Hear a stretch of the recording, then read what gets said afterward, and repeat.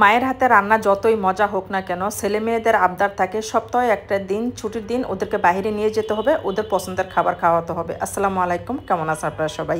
দিনটা ছিল ছুটির দিন, বাচ্চাদের স্কুল বন্ধ ছিল। নাস্তা করার পর জামাইকে বললাম, তুমি বাজারে যাও, গিয়ে বাসার জন্য কিছু সামুদ্রিক মাছ নিয়ে আসো, বাচ্চারাও খেতে পারবে, আমরাও খেতে পারবো, ওই ধরনের মাছ নিয়ে আসবে। সে নিয়ে আসছে বড় সাইজের একটা কোরাল মাছ আর নিয়ে আসছে রূপচাঁদা মাছ।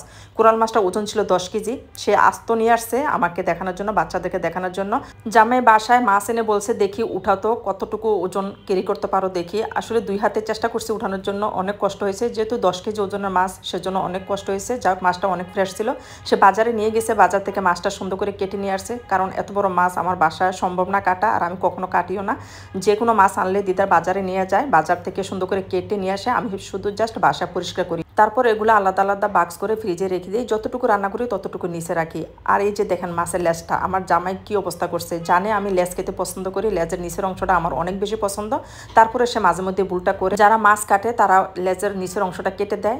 বাসা আনার পরে যখন ওকে বলে যে আসলে ওদেরকে বলছিলাম, ওরা খেয়াল করে নাই। জামাই যেটা বলে সেটা শুনে সান্ত্বনা দিই মনকে, কারণ যেহেতু সাথে ছিলাম না, দেখি নাই, সে যেটা বলে সেটাই বিশ্বাস করি। আমার মাছগুলো প্যাকেট করা হয়ে গেছে, প্রত্যেকটা মাছ প্যাকেট করে সুন্দর করে ফ্রিজে রেখে দিয়েছি। আগের দিনের একটু মাছ ছিল, ওইটাই রান্না করতেছি, সাথে শাক আর সবজি রান্না করতেছি। যেহেতু ছুটির দিন, বাচ্চারা বিকালবেলা একটু বাইরে যাবে, বাইরে নাস্তা করবে বা ওদের পছন্দের খাবার খাবে, সেজন্য ভারী রান্নার আমি ছুটির দিনে করি না।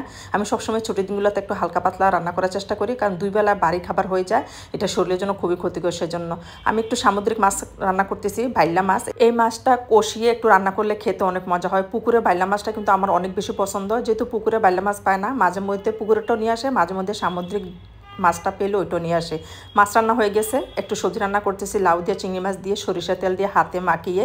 এই সবজিটা অনেক বেশি মজা হয়, মাঝে মধ্যে আমি রান্না করি একটু সরিষা তেল দিয়ে হাতে মাখিয়ে। রান্না যখন কমপ্লিট, ধনেপাতা দিতে গিয়ে বাসায় ধনেপাতা নাই, কি আর করা, যতটুকু ছিল ততটুকু দিয়েছি। বেশি করে একটু ধনেপাতা দিলে খেতে কিন্তু অনেক বেশি মজা লাগে। যাই হোক, যেহেতু ছিল না, কিছু করার নেই। ভাত রান্না শেষ, খাওয়া দাওয়া শেষ।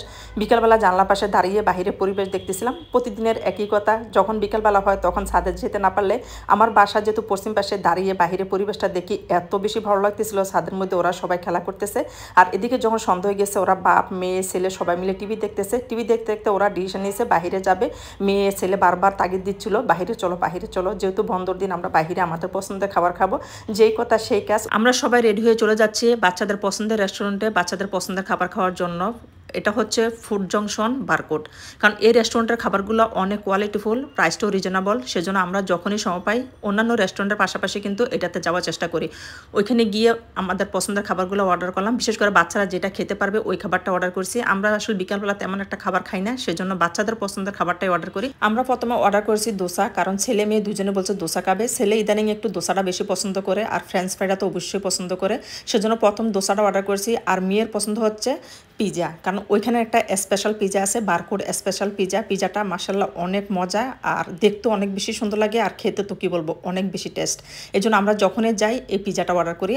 বেশি না, জাস্ট মিডিয়াম সাইজের একটা অর্ডার করি, যেন আমরা 3 জনে খেতে পারি, কারণ ছেলে এটা খায় না। ছেলের জন্য ফ্রেঞ্চ ফ্রাই দিয়েছি, কারণ ছেলে তো অবশ্যই ফ্রেঞ্চ ফ্রাই খাবে। আর খেতে গিয়ে তার বোনকে দেখেন কী অবস্থা করতেছে, সে কিছুতে তার বোনকে শেয়ার করবে না, কারণ তার পছন্দের খাবার। যাই হোক, এগুলো খাচ্ছি, খাওয়ার পাশাপাশি আমরা ড্রিঙ্কসও দিয়েছি। ছেলে দিয়েছে পেপসি, কারণ ছেলে একটু কোকা কোলাটা পছন্দ করে, আর মেয়ের জন্য দিয়েছি মিল্কশেক, আর আমার জন্য দিয়েছি মিন্ট, কারণ মেয়ে দেখেন এই যে তারটা রেখে আমারটা টেস্ট করতেছে। যখনই ড্রিঙ্কস অর্ডার করি তখন সে তারটার পাশাপাশি কিন্তু আমারটা সে টেস্ট করে। এই হলো মা মেয়ের আন্তরিকতা বা ভালোবাসা। যাই হোক, আমাদের খাওয়া দাওয়া শেষ, বিল দিচ্ছে, আর ছেলে এদিকে বসে বসে দেখেন সে অ্যাক্টিভিটিস করতেছে। কোকা কোলার ওপরে সে পানির বোতল রেখে সে দেখতেছে আসলে থাকে কি না। যাই হোক, বাচ্চাদের এই সুন্দর মুহূর্তগুলো অনেক বেশি এনজয় করে আমরা যখন বাইরে ঘুরতে যাই। বাচ্চারা খাওয়া দাওয়ার পাশাপাশি কিন্তু অনেক বেশি মজা করে। আসলে বাবা মা হিসাবে বাচ্চাদের এই ছোটো ছোটো অ্যাক্টিভিটিসগুলো, আনন্দগুলো আমাদেরকে অনেক বেশি উৎসাহিত করে। সপ্তাহে 6 দিন যেহেতু ওদের স্কুল থাকে, সেজন্য 6 দিন ওদেরকে বাইরে নিয়ে যেতে পারি না, বা কোনো প্রোগ্রাম থাকলে নিয়ে যাওয়া হয়, প্রোগ্রাম না থাকলে নিয়ে যাই না। আর যেহেতু একটা দিন ছুটি পায়, ওই একটা দিন আমরা একটু বাচ্চাদেরকে সময় দিই, বাইরে নিয়ে যাই, ওদের পছন্দের খাবার খাওয়াই, পছন্দের জায়গায় ঘুরতে নিয়ে যাই। আর এই যে দেখেন আমার মেয়ে গাড়িতে বসে বসে তার পছন্দের ড্রিঙ্কস খাচ্ছে।